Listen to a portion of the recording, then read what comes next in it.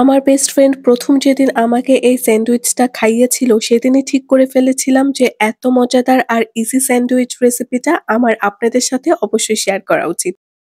এর জন্য ১ম এই একটা মিক্সচার আমাদের রেডি করে নিতে হবে, যার মধ্যে যাবে ২ চা চামচের মতো আটা বা ময়দা, ১ চা চামচের মতো কর্নফ্লাওয়ার, ১ চা চামচের মতো গুঁড়া দুধ, সামান্য লবণ, টেস্ট অনুযায়ী চিনি, হাফ টি স্পুনের মতো দিয়ে দিতে হবে ব্ল্যাক পেপার, অল্প একটু অরিগ্যানো এবং সামান্য পরিমাণে জয়ফল গুঁড়া।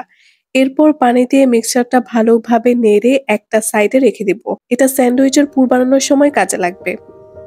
আর পুর বানানোর জন্য ১ম এই একটা প্যানে বাটার নিয়ে তাতে একটু রসুন কুচি দিয়ে দিলাম। রসুনটা একটু ভেজে নিয়েই দিয়ে দিতে হবে পেঁয়াজ কুচি। আগে থেকে ছোট করে কেটে ধুয়ে রাখা চিকেন এবং সামান্য সল্ট অ্যান্ড ব্ল্যাক পেপার দিয়ে দিলাম।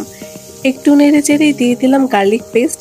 এবার কিছুক্ষণ ভালোমতো ভেজে নিব, দেন একটু সামান্য পানি দিব যেন চিকেন ভালোভাবে সেদ্ধ হয়। পানি শুকিয়ে গেলে একটু নেড়েচেড়েই দিয়ে দিব সেই মিক্সচারটা, যেটা কিনা আমি আগেই রেডি করে রেখেছিলাম। খুব ভালো মতো নাড়তে হবে ঘন ঘন, নয়তো দলা পেকে যেতে পারে। পানিটা একটু টেনে আসলেই আমি এখানে গ্রেট করা গাজর দিয়ে দিলাম। গাজরটা আমি একটু রয়ে রাখতে চেয়েছি, তাই পরে দিয়েছি। চাইলে আপনারা আরো আগে দিয়ে দিতে পারেন, কোনো প্রবলেম নেই। এরপর খানিকটা টমেটো কেচাপ আমি এখানে দিয়ে দিলাম। ভালো মতো নেড়েচেড়ে খানিকক্ষণ রান্না করে নিতে হবে। এই সময় একটু টেস্ট করে দেখবেন যে সব ঠিক আছে কিনা। ব্যালেন্স করার জন্য লবণ চিনি এই সময়ে অ্যাড করে দিতে পারেন। একদম নামানোর আগে আগে একটু ধনেপাতা কুচি আর একটু চিজ দিয়ে দিলাম। চিজ না থাকলে দেওয়ার প্রয়োজন নেই, এটা এমনিতেও খেতে ভালো লাগে। ব্যাস, আমাদের পুর রেডি। এবার অ্যাসেম্বল করে নেওয়ার জন্য একটা ব্রেডে মায়োনিজ স্প্রেড করে দিলাম। এখানে আমি হোমমেড মায়োনিজ নিয়েছি, আপনারা যে কোনোটাই নিতে পারেন।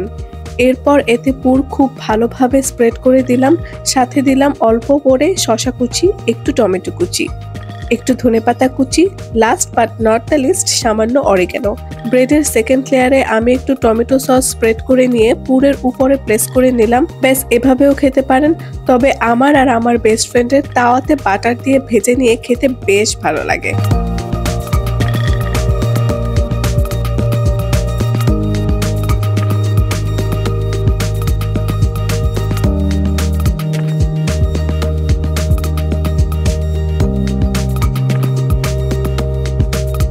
উপরটা হয় ক্রাঞ্চি আর ভিতরটা একদম মাখো মাখো ভরপুর চিকেন আর অরিগ্যানোর ফ্লেভারে সব মিলে একদম সোনায় সোহাগা। দারুণ।